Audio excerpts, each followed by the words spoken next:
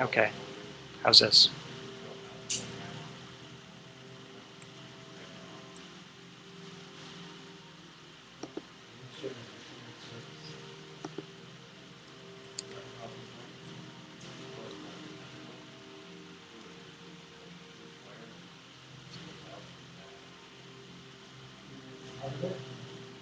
Alrighty. How's my sound? Great.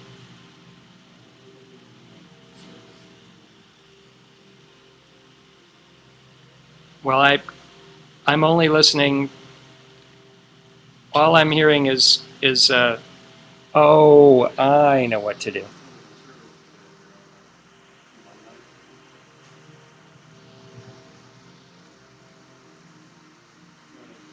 Now I got it. I was using. I had an extra screen going that was the screen on my cell phone. I was watching the Ustream on my cell phone also, so my cell phone was actually multitasking. My bad.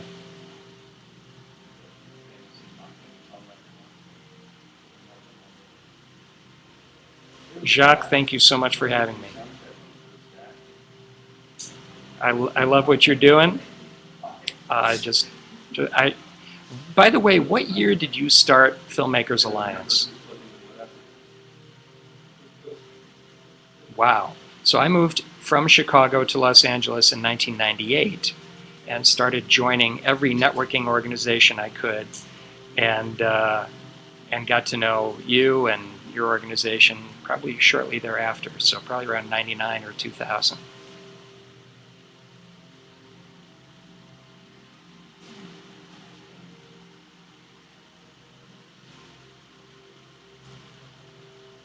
You've been doing good stuff.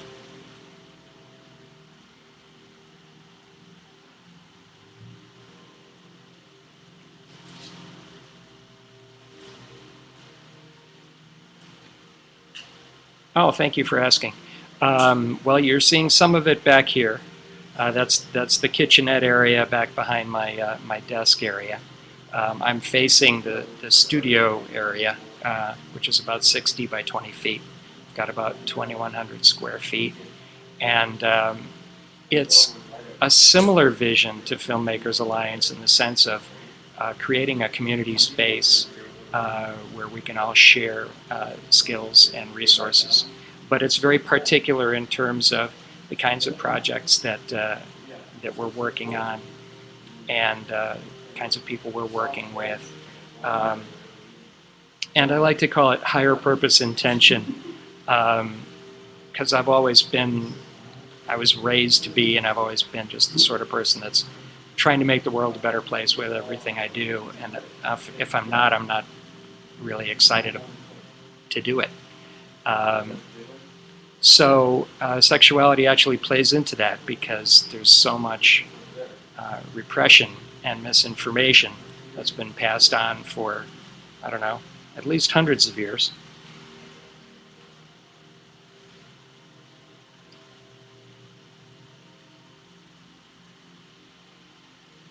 Well, as what I call an omni-media production facility, and we're really still just getting rolling.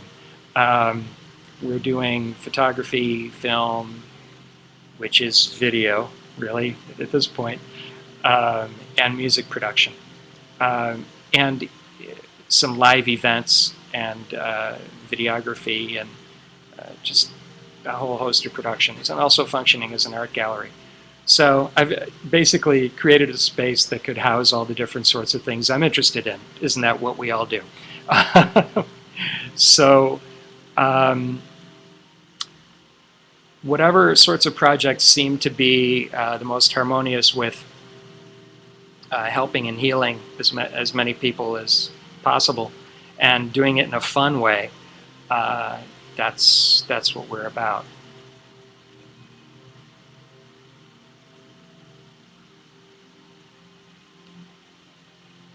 Well, this Saturday, I got to know mm, a year to 2 years ago, somewhere around there. I got to know Rai, who you spoke to earlier. I was glad to introduce you guys. And I got to know him through one of the gals he was dating. And and as I got to know, what's that? Right, one of the several, but only a few at a time. It's as you guys were saying moments ago. There's only so much time in the day, or in the week, or the month, or the year.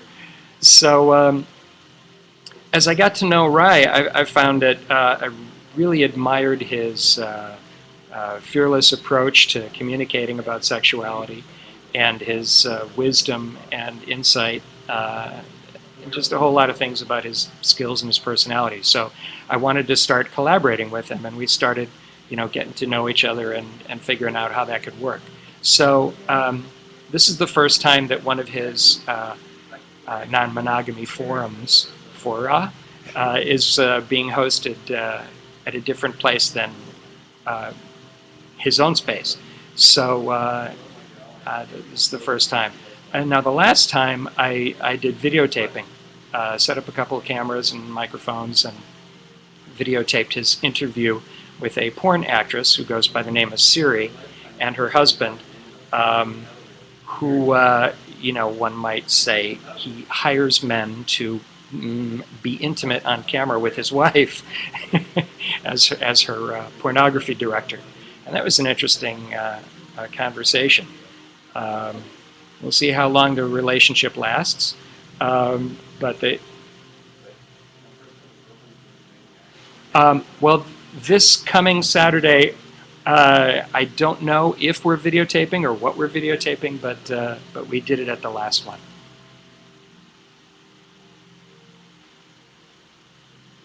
I get you now. Sorry, I missed that one.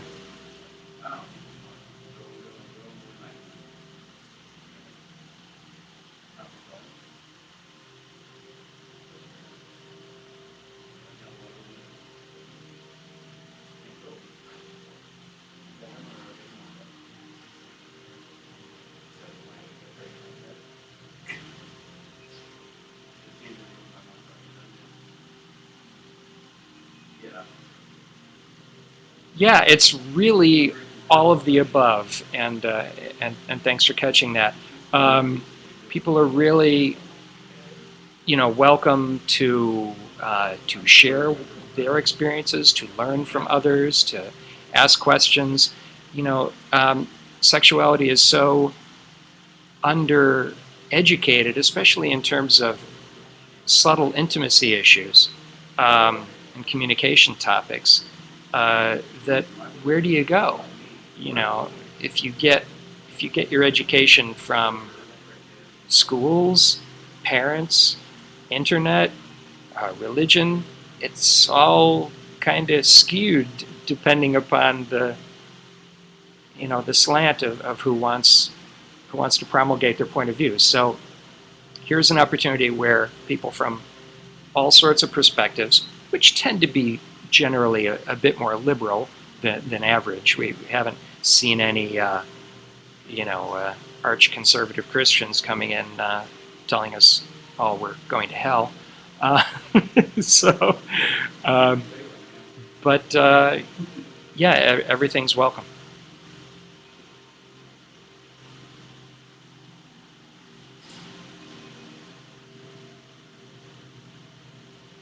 And I hope I'm answering your question.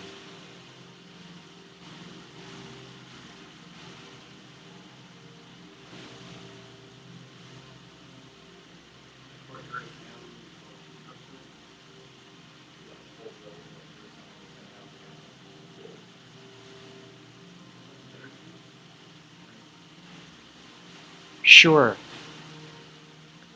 Well, like you, my parents were lifetime monogamists, and probably were actually they're each other's only lovers. Although, given the strength of the Catholic programming that I was given, they probably never have told me if that was not the case. Um, so, as far as I could tell, my parents were the most genuine paragons of integrity that I've ever experienced, and extremely honest and genuinely believed in and adhered to their Catholic faith. Uh, so the only reason that I did happen to notice that condoms were in use, and as far as I know, the Pope still hasn't gone back on that no condoms thing, and it's a little bit late on that one. Is because if my mother had had one more pregnancy, she had several miscarriages. The last one, when I was 4 years old, was a full-term stillbirth, and if she'd gotten pregnant again, it probably would have killed her. So they opted for condoms instead of death.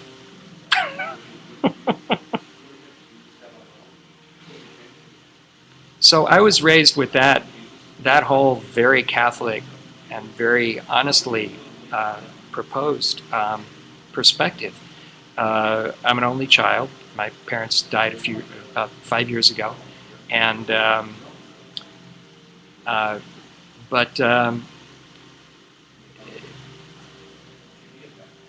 died about 5 years ago. 07 and 08. I had moved them from Chicago actually to the Valley in 2003. So I sold the only house that any of us, well, at least that I'd been raised in. It was built in 1952. Sold that house, got a place in the Valley, and moved my parents out here to take care of them. And Dad died in 4 years, and Mom another 9 months after. And by the way, they were so close. This is a little bit unusual, but they each died of a stroke. Not just the same type of stroke in the same area of the brain, but in the exact same vein. And they both were with me at the time in the Valley, and I took, called 911, took them to Tarzana Hospital, dealt with the same doctors, and they're like, that's not unusual, that's impossible. Like, I'm kind of not surprised. They and I also were really that close. So how does that all fit in? Well, I would occasionally hear from down the hall in this, two flat and very, very nice, upper middle class, but middle class. But I would hear through my parents' doorway, I'd hear them making love, and it was the nicest sound ever. I would, if I was awake late at night, I'd kind of listen and hear that they sounded like they were enjoying each other. And how old I was at that time, I'm not sure. There was never any shame about walking around the house naked or being nude in the bathroom or something together. But at the same time, sexuality was never discussed. And I don't think parents have any sense of when is a child evolving from one point to another. And we make presumptions that there's some point at which you become an adult or an adolescent or mature or whatever. I don't know what age I was that my parents were being more naked around me, or when they started closing their door. I don't know. It's all, it's all kind of amorphous. We are ever evolving beings. But at any rate, at some point, I realized I was not going to have children, that my life path was going to be a bit slower, and I wasn't going to be chasing profit to the extent that I was going to be able to raise children the way I would like to. And I told my parents, I was either still in college as a film major. I had transferred from mechanical engineering into film at Northwestern University. And I said, I don't think I'm going to have children. And as I say, I was either still in college or just out. And I was realizing that my life path was going to go slow, and I needed all my resources and time for career and personal evolution. And my mom actually said, what did we do wrong? I said, you didn't do anything wrong. You taught me reality, and and I have an understanding of finances and priorities, and it's just not going to happen. And she was mildly disappointed, but then just kind of accepted. She was surprised when she walked in on me when they came back early from a Christmas party, and I was 21 with my first lover in the shower. So that one surprised him a little bit. Oh my goodness, our son has a sex life at 21. Heaven forbid.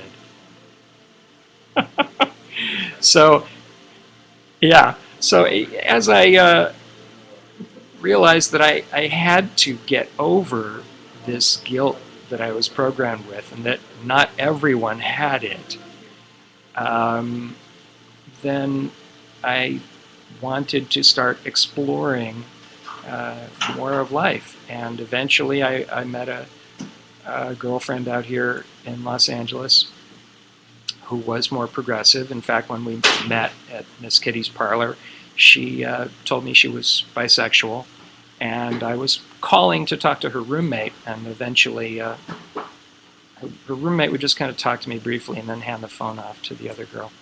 So finally she said, I think I like you as more than just a friend. And I said, how's that going to work? You said you're gay. Um, and then she revealed that, well, I wasn't always gay. Uh-huh. Okay.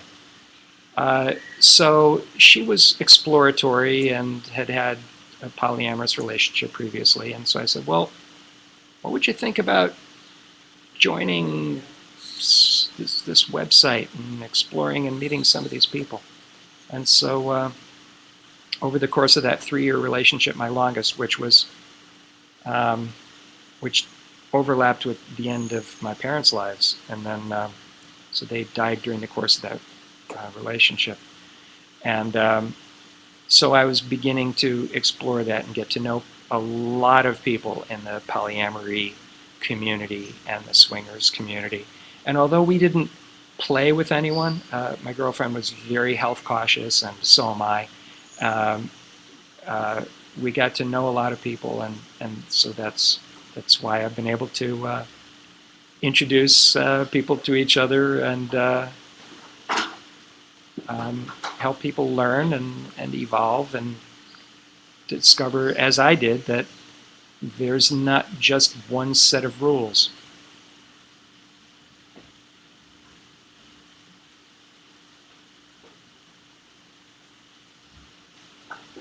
Um,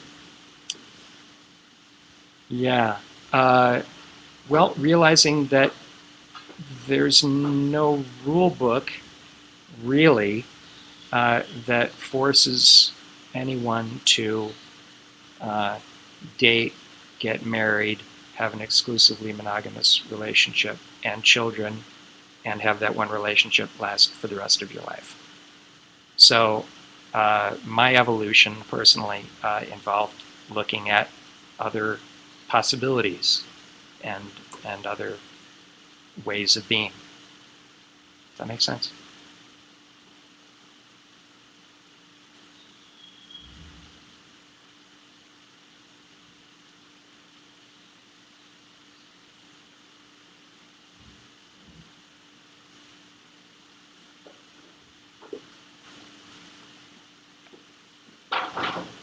I've often seen myself as a catalyst. I love introducing people with, and that's why I like to get to know each person pretty deeply, so that then I've got this database in my head and somewhere on computers of you know a resource that someone might benefit from.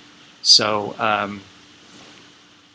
so as a catalyst, as a networker, I can bring people together and they can learn, and learning brings evolution.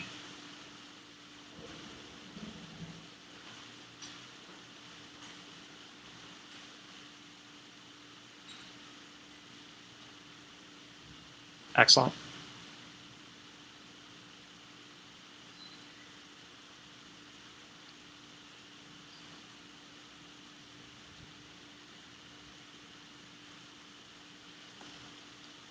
Great. Well, the first thing I would say is that we all come from goddess. We all grew up in a woman, in a mother's womb, and respecting, um, as Dolphina was expressing earlier today, um, respecting and honoring the woman's uh, right to choose and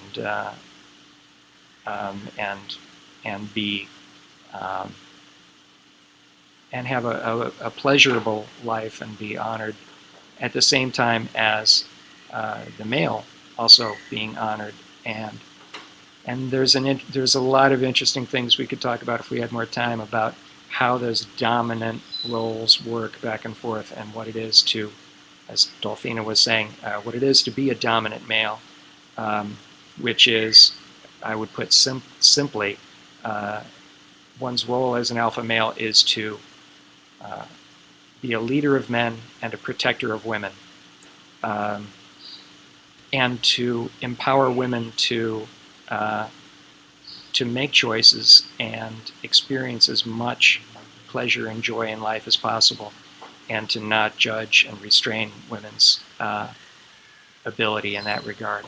Um, the whole guilt, shame, blame thing is taught very early in life. Ooh, don't do that. Don't touch yourself. Don't do that in public. It's naughty. It's bad. Because parents aren't trained to how to teach children about that. Then that gets reinforced by mass media, government, and religion. And it's just not sustainable, and it's led to a whole lot of unhealthy behavior in general, societally, that I just think we could do well to transcend. So our event on Saturday, you can go to the event page on Facebook, straight through my website that's still in development. So right now it's redirecting, polywana.com. So poly, P-O-L-Y, or P-O-L-L-Y if you feel like it. Or pardon me, no, it's P-O-L-Y-W-A-N-N-A .com. We'll take you to the event on Saturday, and you can RSVP and come on out and learn. And then later in the evening, it's going to get kind of fun and playful and nightclubby, and that'll be going on.